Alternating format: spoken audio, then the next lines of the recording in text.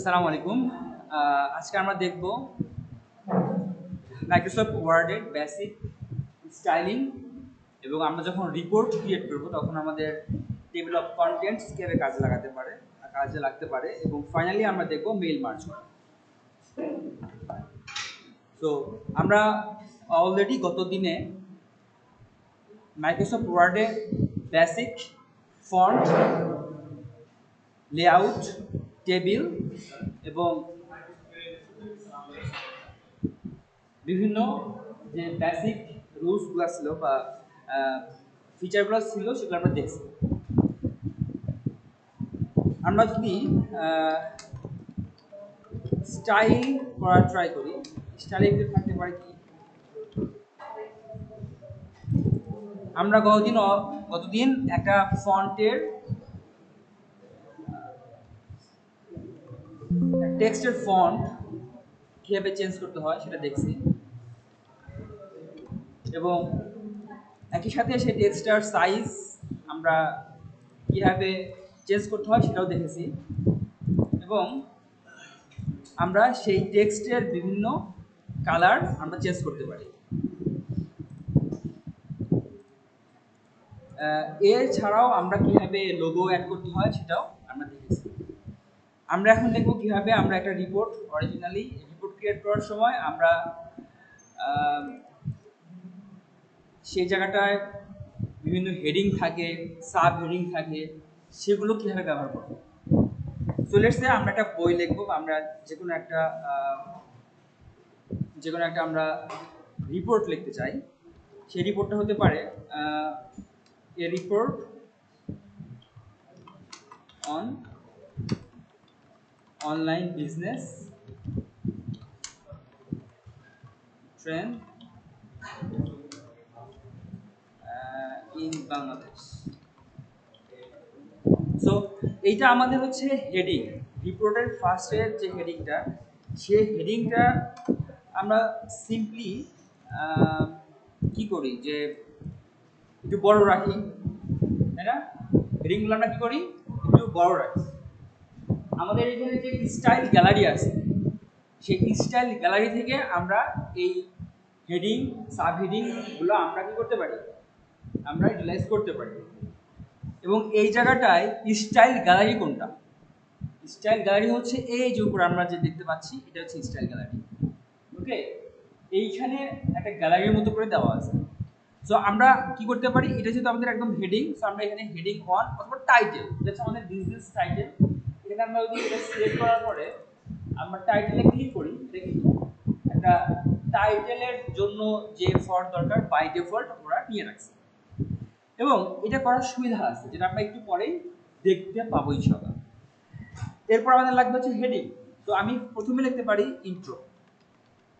Introduction. এখানে আমি introduction part লেখা, লেটস সে আমি লিখে ফেলেছি। সো এই জায়গাটায় আমাদের যে ইন্ট্রোডাকশন পার্টটা, এটা আমি হচ্ছে একটা হেডিং এর আন্ডারে রাখতে চাই। সেই ক্ষেত্রে আমি কি করতে পারি, এখানে আমি সাবটাইটেল দিতে পারি অথবা হেডিং দিলাম, আমি হেডিং 1। ওকে, সো হেডিং 1 দিয়ে এখানে আমরা ইন্ট্রোডাকশনের পার্টে অনেক কিছু লিখে ফেললাম। এরপর আমাদের হতে পারে ব্যাকগ্রাউন্ড, এটা আমি দিলাম হেডিং 1 এবং এই প্রত্যেকটা হেডিং এর আন্ডারে আবার সাব হেডিং থাকতে পারে। যেরকম ইন্ট্রোডাকশন আন্ডারে কি থাকতে পারে, আমরা বলতেই পারি যে এখানে থাকতে পারে মোটিভেশন এবং এটা আমরা সাব হেডিং বা হেডিং 2 তে দিতে পারি। এখন এখানে একটা জিনিস খেয়াল করবেন যে আমাদের টাইটেলটা সবচেয়ে বড় ফন্টে হয়, সাইজটা বড়। আমাদের হেডিং 1 এইটার সাইজ এবং হেডিং 2 এর সাইজ কিন্তু ছোট, এবং এটা ক্রমান্বয়ে হেডিং 1, 2, 3 এভাবে ছোট হতে পারে।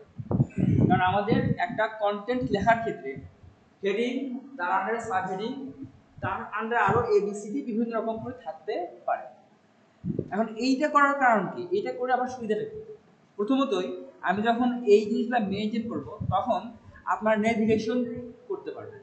নেভিগেশন কি, আপনারা যদি আপনাদের এই জায়গা থেকে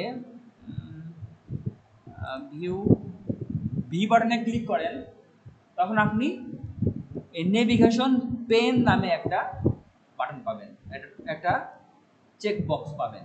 এখানে চেক করে দেখবেন আপনার কিন্তু এই পাশে আপনার নেভিগেশন বার রেডি হয়ে যাচ্ছে।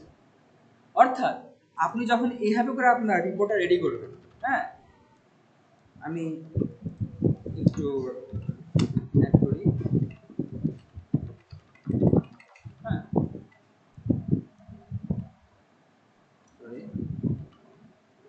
ব্যাকগ্রাউন্ড এর ভিতরে আমি লিখলাম। সো আপনার অনেক বড় পেজ, তাই না? আপনার রিপোর্ট যখন লিখবেন তখন আপনার রিপোর্টটা অনেক বড়, 200 পেজ 300 পেজ, তাই না? এখন আপনি স্পেসিফিক জায়গায় আপনি দেখতে চান, তখন আপনি কি করবেন, জাস্ট নেভিগেশন পেন থেকে এই যে আপনি ইন্ট্রোডাকশন পার্টে চলে আসলেন, হ্যাঁ, ধরেন যে এখানে আমার আরও অনেক লেখা আছে, আপনি সেখান থেকে চাইলে আপনি মোটিভেশন এই জায়গাটা চলে আসতে পারলেন, আবার ব্যাকগ্রাউন্ডে চলে আসতে পারলেন। তো এই যে আমি নেভিগেট করতেছি, এটার জন্য আমাকে কি করতে হয়েছে, সিম্পলি আমি এখানে এই স্টাইল গ্যালারি যেটা বা স্টাইলিং যেটা রিপোর্ট লেখার ক্ষেত্রে সেটা মেনটেন করছি। বুঝতে পারছেন সবাই? আমরা স্টাইল গ্যালারি কেন ইউজ করব? রিপোর্ট লেখার ক্ষেত্রে আপনাদের যেরকম রিপোর্ট লিখে দিচ্ছি, প্রত্যেকটা টাইটেল, হেডিং, সাব হেডিং এভাবে করে আপনারা করতে পারেন, স্টাইলিং করতে পারেন। এবং এখানে আরও স্টাইল গ্যালারিতে কী কী থাকতে পারে, যেরকম এই জায়গাটা দেখেন আমাদের কিন্তু এইটা দ্বারা কি বোঝাচ্ছে যে সরি আমাদের কিন্তু ইতালিক ফন্ট, ইতালিক দেওয়া আছে, অথবা আপনি চাইলে কিন্তু সাবটাইটেল হিসেবে ইউজ করতে পারেন। এর নিচে আপনি নিতে পারেন যে কম্পিউটার অ্যাপ্লিকেশনস ইন বিজনেস, এটা হচ্ছে আপনাদের সাবটাইটেল। তো আপনি এটা চাইলে সাবটাইটেল হিসেবে ব্যবহার করতে পারেন। তবে একটা জিনিস, সেটা হচ্ছে আমাদের এই টাইটেল বা সাবটাইটেল এটা কিন্তু নেভিগেশন প্যানে আসবে না। ওকে, আসছে তো, আসছে। আমরা যদি এটাকে হেডিং দেই তখন আমরা এটা হেডিং হিসেবে ইউজ হবে, এবং প্রত্যেকটা হেডিংয়ের জন্য একটা করে লেয়ার থাকে। যেরকম এটা কিন্তু হেডিং 3 ইউজ করা হয়েছে, এই জন্য এটা কিন্তু অনেক ভিতরের দিকে, মানে এটা সাব হেডিংয়েরও আরও সাব হেডিং, এই জন্য একদম এই স্টেজে আসছে। আমি যদি এটাকে হেডিং অন করে দিতাম তাহলে কিন্তু এটার অ্যালাইনমেন্টটা কই আসতো, একদম প্রথম দিকে। বুঝতে পারছি? যেরকম ইন্ট্রোডাকশন এখানে ক্লিক করেন দেখবেন যে এর ভিতরে একটা আছে মোটিভেশন। কীভাবে হয়েছে, কারণ এটা হচ্ছে হেডিং 2। সো এইভাবে করে আমরা একটা রিপোর্ট কী করতে পারি, রেডি করতে পারি। যেরকম এর ভিতরে আমি একটা সাব হেডিং দিলাম হেডিং 2 হিসাবে, বা একটা কিছু লিখি যে কোর্স, এই ভিতরে থাকতে পারে টাইটেল, এটাকে আমি নিলাম হেডিং 2 হিসাবে।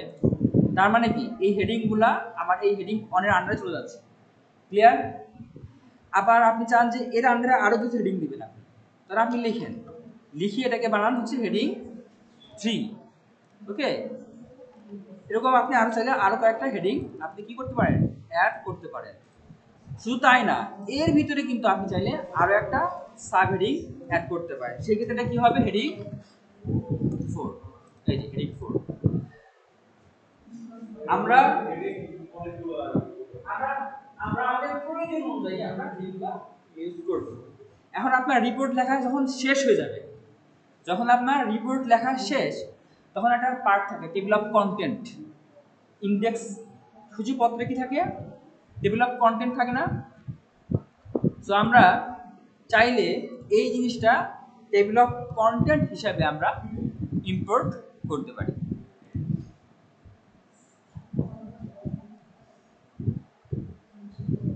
Insert in note table of content, দেখেন আমি যে কোনো একটা ফাঁকা জায়গায়, হ্যাঁ,